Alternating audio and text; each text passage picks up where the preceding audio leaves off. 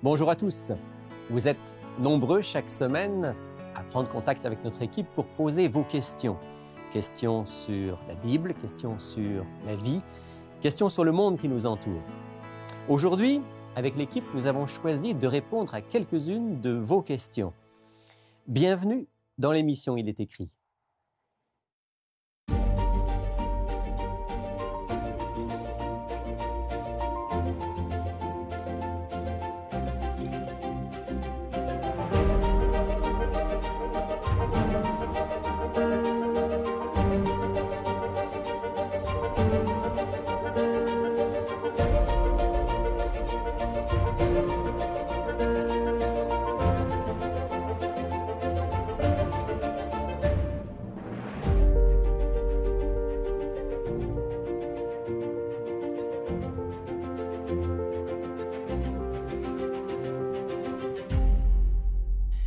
Bienvenue à nouveau dans l'émission Il est écrit. Et aujourd'hui, je n'ai pas, comme à mon habitude, un invité, mais j'ai deux complices avec moi. Vous les connaissez. Je veux parler de Sylvain Duval et de France Béchard. Bonjour à tous les deux. Bonjour, Rémi.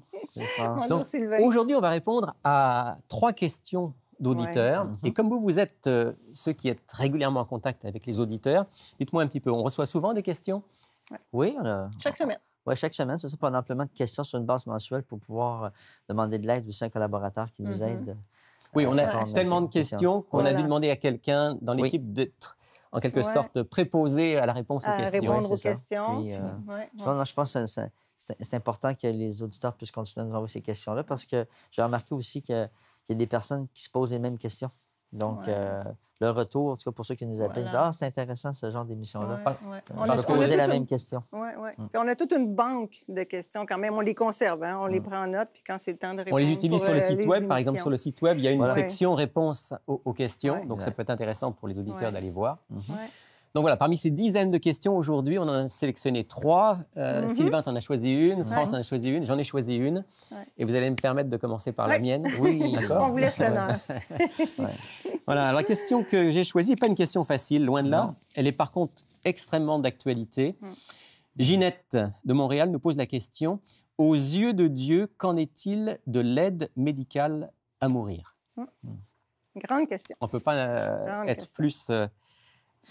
en lien avec ce qui se passe dans notre société aujourd'hui. Exactement. Qu'en est-il de l'aide médicale à mourir? Question importante, question quand même délicate. Je dirais d'ordre de l'éthique morale. De l'éthique en tant qu'être humain et pour nous en tant que croyants, en tant que chrétiens. Alors justement... Mais ça, c'est important. Oui, c'est important parce que la question de Ginette, que j'ai sous les yeux, là, ça commence par « aux yeux de Dieu ». Donc c'est dans une perspective de croyant, de chrétien. C'est sûr que si je ne suis pas croyant, si je pense que la vie vient du hasard, je peux voir les choses d'une manière un peu différente. Mais en tant que chrétien, qu'est-ce qu'il faut en penser? Et j'ai envie de répondre à Ginette en relisant d'abord un texte, j'allais dire un texte originel, celui de la Genèse, celui qui nous parle du début, en Genèse chapitre 1er. Et je vois ici les versets 26 et 27 que je vais partager avec nos auditeurs. Dieu dit « Faisons l'homme à notre image, selon notre ressemblance, qu'il domine sur les poissons de la mer, sur les oiseaux du ciel, sur le bétail, sur toute la terre, sur tous les reptiles qui rampent sur la terre. Dieu créa l'homme à son image, il le créa à l'image de Dieu, il créa l'homme et la femme. » On voit un lien important entre Dieu et l'homme, là. Voilà. Ce qui est très fort dans ce texte, c'est que la vie de l'être humain quelque chose de particulier. Voilà. Alors, non pas qu'on considère que les autres êtres vivants soient sans importance, loin de là, mais il y a quelque chose de spécial dans la vie humaine. On a été créé à l'image de Dieu, c'est-à-dire capable de penser, de ressentir un certain nombre d'émotions, de choisir, de parler, on pourrait analyser, etc. Tout ça. Et ça fait que l'être humain, il a une valeur particulière. La vie humaine est sacrée. Venant de Dieu, c'est sacré. Venant de Dieu, c'est ça. Et étant à son image, la vie est quelque chose de sacré. C'est la raison pour laquelle on va avoir cet interdit dans les 10 paroles, le fameux « tu ne tueras point », parce que la vie ne t'appartient pas, elle vient de Dieu, elle t'est en quelque sorte prêtée, et tu ne dois pas ni prendre la vie de ton prochain, ni forcément ni prendre la tienne. Ouais. C'est ça. Là, aujourd'hui, on a utilisé, dans le cadre de ces questions, comme une genre de terminologie qui est plus douce à l'oreille. Ah oui, tu veux dire aide médicale à mourir. Donc, c'est comme, tu n'es pas réalisé qu'est-ce que ça veut dire vraiment. Donc, c'est vrai que c'est la personne qui choisit, mais c'est un acte quand même de suicide. Okay? Oui. Avant, on disait suicide assisté. On a trouvé une expression qui passe mieux, l'aide médicale à mourir, mais c'est bien ça dont il s'agit. Puis ça soulève aussi une autre question qui est importante, c'est dans le corps médical, du moins, encore une fois, puisque c'est eux qui les assistent, souvent peut-être avec des membres de la famille, mais je veux dire, peut-être que parmi le corps médical, il y a des chrétiens puis qui ne veulent pas participer à cette action-là. Puisque plus dans le cadre de notre émission, on réalise que finalement...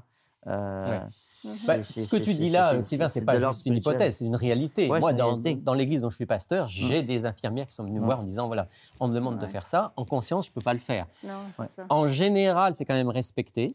Je pense à un cas en particulier où ça a été respecté, on a changé la personne de service. Mais oui, ça pose un problème. Mais je vais quand même revenir, parce que là, on pose le problème du côté du médecin ou du côté de l'infirmier, ce qui est un problème réel. Mais je pense quand même que la question de Ginette, elle est plus dans l'autre sens. C'est-à-dire en tant que patient, en tant que malade. Donc, on va peut-être la prendre dans ce sens-là, même si l'autre est tout à fait pertinente aussi. Si je l'amène dans ce sens-là, ça me fait penser à une émission que j'ai écoutée à la radio. Donc, une dame qui avait demandé l'assistance, justement. Donc, elle s'est dit dans sa tête, je préfère le faire. Pourquoi? Parce que j'aimerais laisser une image à ma famille, une image positive. J'aimerais aussi partir de ce monde dans un état où je suis encore heureuse, encore capable de parler, encore capable de... Qui garde un bon souvenir de moi. Oui, c'est ça, exactement. Donc ça, j'ai trouvé ça particulier parce que je me suis dit, ça demande tout un courage quand même d'organiser une genre de petite fête dans la chambre d'hôpital, un genre de célébration. On dirait, je m'en vais, là, tu sais, puis je vous invite. C'est quelque chose. Non, et on dit mourir dans la dignité. Hein. Ça, c'est aussi une expression. C'est la fameuse expression qu'on utilise, mourir dans la dignité. Et je n'aime pas cette expression. Je n'aime pas cette expression parce que ça sous-entend que quelqu'un qui va vivre sa maladie jusqu'au bout en allant peut-être par les soins palliatifs ou autres, ne meurt pas dans la dignité. Et ça, pour moi, c'est terrible de penser quelque chose comme ça. Je vais y revenir dans un instant par rapport à ça, mais si je peux juste donner une image qui va frapper tout le monde.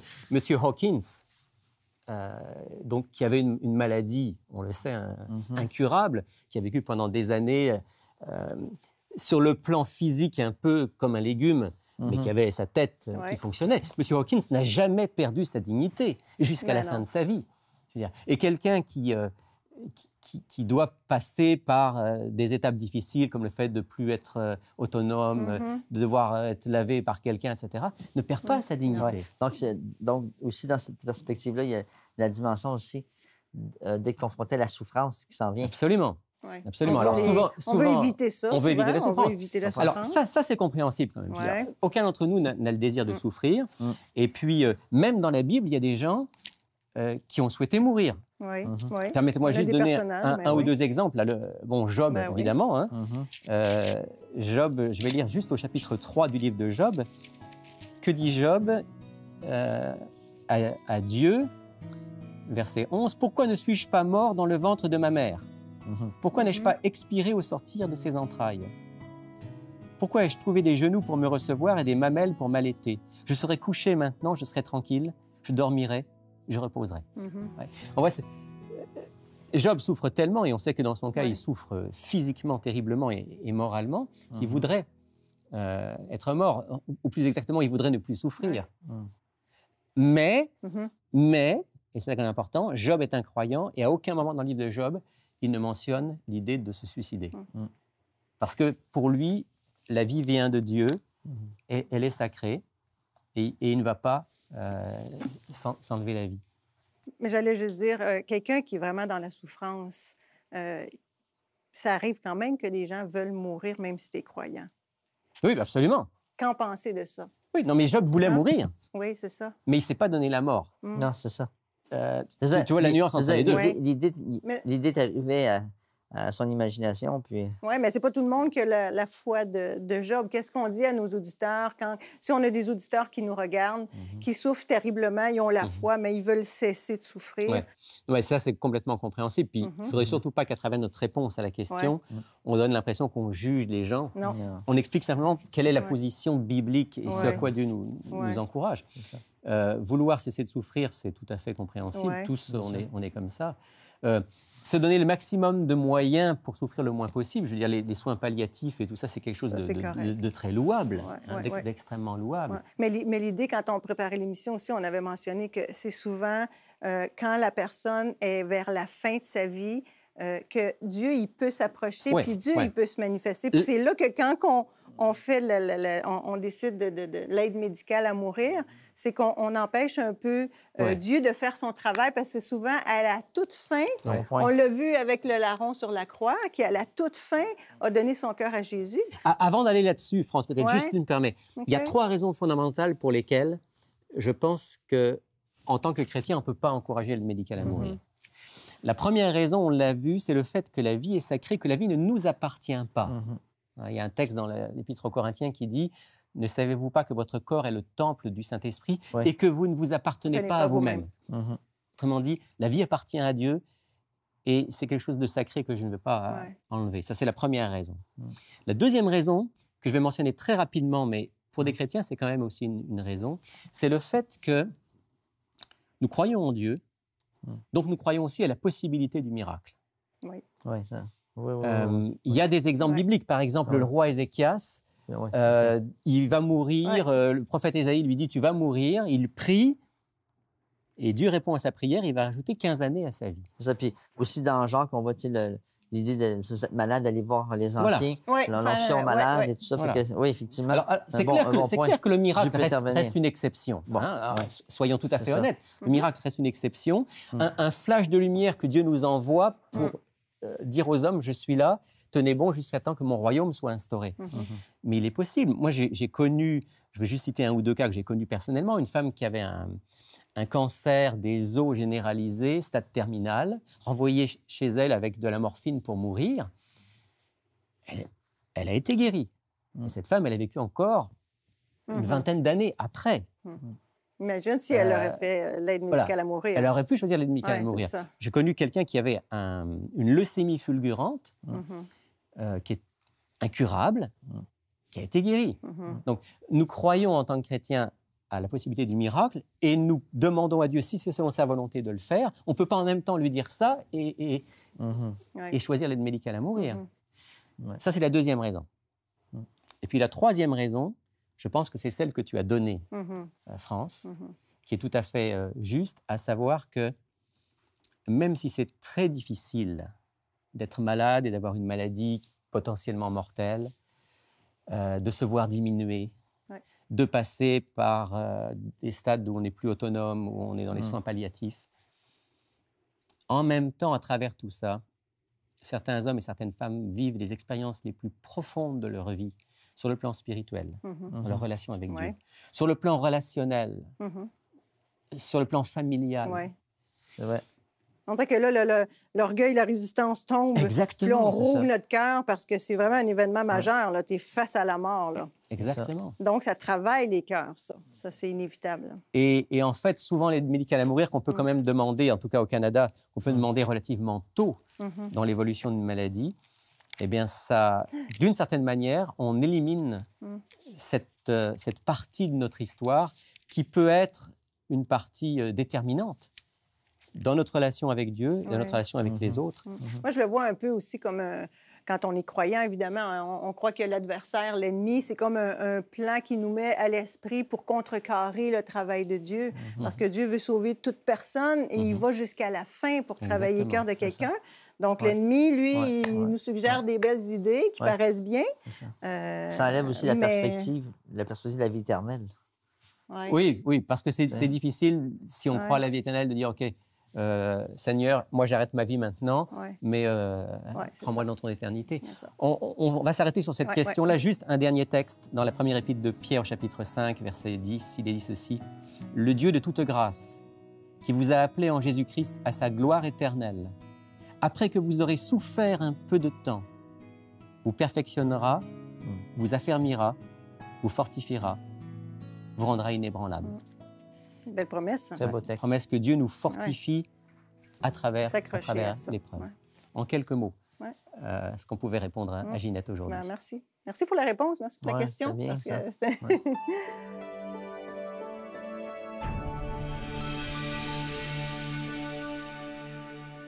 Sylvain, on passe maintenant à une question très différente que tu as sélectionnée, qui a un lien avec la relation entre parents et enfants. Voilà, oui, j'ai cité cette question. Ça vient de Daniel, à partir de notre site web. Voici la question. Peut-on avoir une foi assez grande pour combler le manque de foi de nos enfants? Donc, c'est quand même une question très importante. Est-ce que notre foi peut compenser l'absence de foi de nos enfants? serait fun. Oui, puis c'est ça. Puis là, en même temps, on se rend compte que c'est un parent qui pose des questions, probablement, OK? Donc, Daniel, qui était un père. Bon, bien, d'entrée de jeu, je répondrais non, OK? Parce que c'est... Pourquoi? Parce que, bon, finalement, le salut est d'ordre personnel. Ici, lorsqu'on parle d'un enfant, on ne parle pas des petits-enfants. Oui, Daniel ne parle pas d'un nourrisson. C'est quelque part parce qu'il veut combler, il veut englober. Est-ce que sa foi peut englober la foi, le manque de foi de son enfant, mais du jeune adulte, finalement, ou de l'adolescent?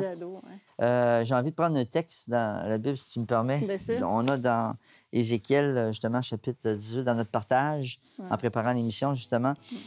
Ézéchiel 18, au verset 20, il y a une portion du texte qui nous dit « Le fils ne portera pas l'iniquité de son père et le père ne portera pas l'iniquité de son fils. » Donc, ici, qu'est-ce que simplement ça veut dire? C'est qu'il faut réaliser qu'il y a une responsabilité aussi, OK?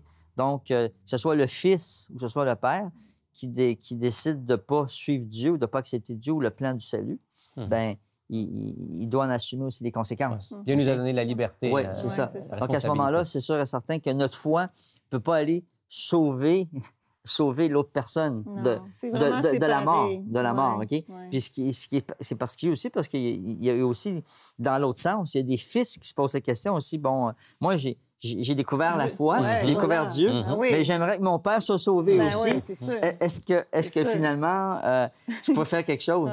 Mais on peut prier, là. On peut faire quelque chose. La question, c'est ce qu'on peut faire à la place. Exact. Puis il y a un texte aussi dans les Apôtres, chapitre 2, lorsque Pierre parle dans son discours, un discours qui est dans... J'invite les gens, les auditeurs, peut-être à aller lire, dans le chapitre 2, il y a une question qui est posée. Une fois qu'ils ont entendu le discours, dans le sens qu'ils ont entendu le plan du salut, ce que Jésus a fait pour nous, il est mort, puis il est ressuscité, il a donné sa vie pour nous, bien, la question, c'est que ferons-nous? Donc, c'est un appel à la repentance, c'est un appel personnel. Puis aussi, dans cet appel-là, bien, il y a un appel à accepter le baptême, accepter la vie éternelle que Jésus nous donne. Donc, autant pour le Fils, autant pour le Père, mais je ne peux pas le faire à la place de l'autre. Non. Okay? Mais les parents, on peut exhorter nos enfants comme Pierre le fait. Bon, c'est ça. Donc, là, on a... l'autre question qui vient, c'est... ma foi à moi va m'emmener finalement, parce qu'on le voit en parlant avec les auditeurs qui nous appellent, c'est qu'il y a des parents qui prient, ça fait longtemps pour leur enfant. Donc, c'est un appel à la persévérance aussi. Donc, j'inviterais Daniel à dire qu'il faut persévérer. Dans Luc 18, justement, verset 8, on nous dit, est-ce que lorsque le Fils de l'homme va venir sur la terre, trouvera-t-il la foi sur la terre? Et dans le texte que tu cites, Luc 18, c'est la parabole où Jésus parle de cette veuve persévérante qui, justement, va importuner le juge. Et c'est une invitation à la prière persévérante, ça. C'est ça. Donc, en persévérant, je crois avec certitude que c'est sûr que le parent, probablement, qui prie pour son enfant, ça peut lui donner du réconfort spirituel. Puis aussi, c'est une personne, c'est un parent qui se tourne vers Dieu, finalement. Parce que qu'une personne puisse vivre l'expérience de la conversion puis la nouvelle naissance, ça relève de Dieu, ça ne relève pas des hommes. Donc, on sait que le Saint-Esprit va faire fortement une intervention, mais l'autre personne encore doit accepter. Va rester libre. Puis aussi, le parent peut influencer de par sa vie, de par son vécu. Bon point. Voilà. Il peut... Si l'enfant a grandi dans un environnement spirituel, c'est sûr que le parent a contribué à ce que l'enfant, éventuellement... Très bon point, France. Donc ça nous amène à réaliser aussi que ce ne sera pas juste la persévérance dans la prière, mais ça va être la persévérance aussi dans notre façon de vivre. Dans l'application. Okay? Pourquoi? Parce que nos jeunes ados puis les jeunes adultes, ils sont intelligents, ils nous observent. Ouais. Donc, ça nous interpelle, je dirais, Daniel. Ils voient si on est authentique. Oui, si on est authentique. Donc, pour nous, parents, ça nous exige d'être conséquents aussi. Ouais.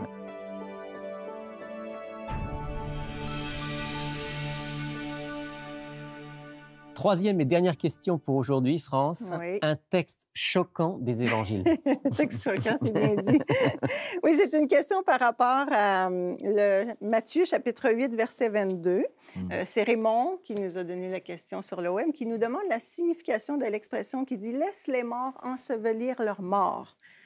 Ça semble choquant. C'est Jésus qui a dit ça. C'est Jésus, en plus, qui a dit ça. Mais pour que nos auditeurs nous suivent un petit peu, on va lire le texte à partir du verset 18. Donc, ça dit ceci. « Jésus, voyant une grande foule autour de lui, donna l'ordre de passer à l'autre bord. » Donc, pour traverser un courant d'eau, un scribe s'approcha et lui dit « Maître, je te suivrai partout où tu iras. » Jésus lui répondit, « Les renards ont des tanières et les oiseaux du ciel ont des nids, mais le Fils de l'homme n'a pas où reposer sa tête. » Et un autre d'entre ses disciples lui dit, « Seigneur, permets-moi d'aller d'abord ensevelir mon Père. » Mais Jésus lui répondit, « Suis-moi et laisse les morts ensevelir leurs morts. » C'est ça que la première impression... Ça paraît dur, ça paraît très dur. Ça paraît dur, il semble insensible, Jésus. C'est ça, puis il ne faut pas prendre ça littéral non plus, hein? Non, puis pourquoi? Pourquoi il ne faut pas prendre ça comme ça? Les morts, il ne faut pas enterrer les morts dorment. Oui, c'est ça. Donc, quelque part, c'est comme, c'est une question de... C'est un sens spirituel. Oui, c'est un sens spirituel. C'est un sens spirituel parce que quand on connaît Jésus avec tous les enseignements qu'il nous a donnés, c'est toujours axé sur l'amour du prochain. Oui, c'est ça. Puis Dieu n'est pas cruel. Jésus n'est pas cruel non plus. Ben non. Puis il nous dit « Honore ton père et ta mère ». Donc là, il ne pourrait pas dire l'inverse de « Abandonne ton père ». Et bon. Donc ça, c'est important. Mais pour bien comprendre le texte, il faut vraiment saisir que l'accent est mis sur le « d'abord ». Parce que... Oui, verset 21, « Permets-moi d'aller d'abord ensevelir mon père ». C'est ça, On ne sait pas exactement ce que ça veut dire. Ça pourrait vouloir dire que son père n'est peut-être pas mort, il n'est peut-être même pas mourant. Voilà. Ça peut vouloir dire, écoute, je vais te suivre, mais donne-moi le temps d'abord de m'occuper un peu de ma famille, puis on verra après. Oui, c'est ça, c'est ça. Et pourtant, Jésus nous a dit, cherchez d'abord le royaume des cieux, la justice de Dieu, et le reste vous sera donné par-dessus, parce que c'est lui la source de la vie. Et si Jésus nous parle de mort spirituelle, si le message, parce que c'est ça, ce message, en le fond, spirituel, moi, ce que j'aime de Jésus, c'est qu'il prend une situation qui se produit et il rebondit dessus pour donner un enseignement spirituel. Il est en train de nous dire spirituellement. Alors, quand il nous dit aussi... à un moment donné, Dieu est le Dieu d'Abraham, d'Isaac et de Jacob. Il est le Dieu des vivants et non des morts. Et au moment qu'il dit ça, bien sûr, Isaac, Abraham et Jacob sont morts. Mais il est en train de nous dire que quand on croit, quand on est avec Dieu, quand on s'abandonne à Dieu, on fait partie des vivants. Voilà. Même si on est mort, on est considéré parmi les vivants. Donc, on va faire partie de la résurrection des vivants. Ça veut dire aussi tous ceux qui nous entourent, nos parents, tout ça, mais, ou nos frères, nos sœurs, nos amis, je veux dire, qui n'ont pas accepté Jésus encore, bon, est-ce que... Je ne veux pas nécessairement les négliger, mais si je décide de choisir Jésus, bien, je vais le suivre tout de suite, je l'accepte tout de suite. C'est ça. Puis il ne nous dit pas d'abandonner notre famille. Jamais. Qui ne croit pas. Jamais. Okay? Moi, je pense qu'en toutes circonstances... Mais c'est pour nous dire que notre priorité numéro un, en voulant dire, est-ce que je suis ta priorité dans ta vie? En toutes circonstances, il faut mettre Jésus en premier parce que c'est lui la source de tout. C'est ça que Jésus est en train de dire, c'est laisse les morts spirituels enterrer leurs morts spirituels.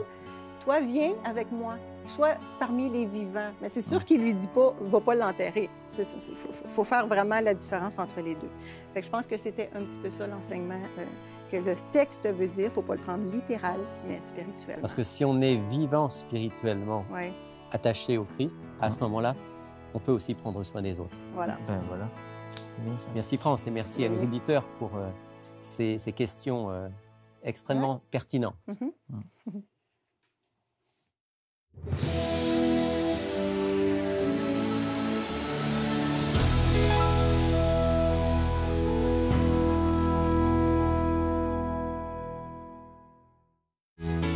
Si vous êtes dans la région de Montréal, ne manquez pas de nous visiter au Centre Il est écrit, situé au 4505 boulevard Rosemont. Chaque samedi à 10h30, un message biblique y est présenté et une large place est faite à la musique, la prière en toute simplicité. Pour connaître nos autres lieux de rencontre dans la province du Québec, visitez ilétécrit.tv ou appelez-nous au 1-866-729-3515. Alors France, aujourd'hui on a répondu à quelques questions d'auditeurs, on en reçoit beaucoup. Oui. Et puis notre offre de la semaine, c'est justement un livre plein de questions et plein de réponses. Oui, et justement, c'est fait vraiment sur cette forme-là, hein, questions-réponses. Ce ne sont que des questions et des réponses. Je vais te montrer comme ça, là. C'est un livre qui s'intitule « À l'écoute de la Bible ». On l'a déjà offert dans le passé. C'est pas la première fois, bien sûr. C'est pas la première fois, mais c'est un livre de près de 600 pages qui répond vraiment qu'à des questions-réponses et ça touche plein de sujets. C'est très vaste. Donc, ça peut être autant la vie chrétienne, le foyer chrétien, les prophéties, le Saint-Esprit, le ministère de Jésus. C'est vraiment, vraiment large. Donc, c'est vraiment un livre qu'on va beaucoup apprendre de choses avec. C'est comme un manuel qu'on va consulter quand on a une question en lien avec un sujet de la Bible ou un sujet de la vie. Exactement. Puis chaque section est par thème aussi, je dois dire, là. Donc, c'est facile de se retrouver. Si on veut quelque chose sur la vie de Jésus, donc on va dans la section en question, puis on peut lire toutes les questions qu'on y trouve. Alors, c'est un livre qu'on peut apprendre beaucoup de choses. On l'offre à 20 $, plus les frais de poste. Donc, à l'écoute de la Bible, vraiment un document intéressant pour 20 $ plus les frais de poste. Oui. Et c'est donc un exemplaire qu'on peut vouloir pour soi-même, qu'on peut aussi vouloir offrir. On peut offrir. Quelqu'un qui aime étudier la Bible, c'est vraiment le livre pour ça. Ouais. Alors, merci France de nous rappeler cette belle proposition. C'est notre offre de la semaine. Si vous voulez vous procurer votre exemplaire de cet excellent ouvrage à l'écoute de la Bible, il vous suffit de prendre contact avec nous. Voici maintenant nos coordonnées. Pour effectuer votre commande, écrivez-nous à Il est écrit, casier postal 99, succursale Rosemont, Montréal, Québec, H1X3B6. Vous pouvez également passer votre commande sur le web à ilétécrit.tv ou par téléphone au 514-729-3515 dans la région de Montréal et sans frais au 1-866-729-3515 pour l'extérieur de Montréal. Ça fait au moins 4-5 ans que j'écoute les émissions assez régulièrement. Et puis, mes commentaires face à l'émission, c'est que c'est très bien structuré. Il y a toujours un sujet bien en particulier. Et puis, il y a un invité relatif ordinairement pour le sujet en tant que tel. Mais je trouve qu'un auditeur qui écoute ça, c'est très, très simple. Puis quand l'émission est terminée, on a compris ce que ça voulait dire, surtout quand on lit soi-même un peu l'Évangile. Mais ça donne une certaine précision à ce qui se dit en tant que tel. C'est très intéressant parce que c'est varié d'une semaine à l'autre.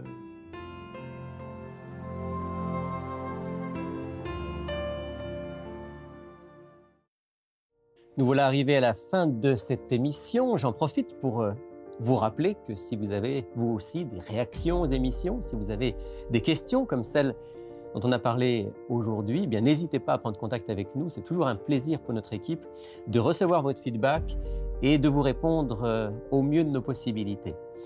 Et puis bien sûr, vous pouvez visionner toutes nos émissions sur notre site internet, ilétécrit.tv. Vous pouvez aussi consulter notre page Facebook et là aussi nous faire part de vos réactions, de vos questions, de vos feedbacks. Moi, je vous retrouve la semaine prochaine avec toute l'équipe pour une autre émission, un tout autre sujet. Mais d'ici là, souvenez-vous, il est écrit « L'homme ne vivra pas de pain seulement, mais de toute parole qui sort de la bouche de Dieu ».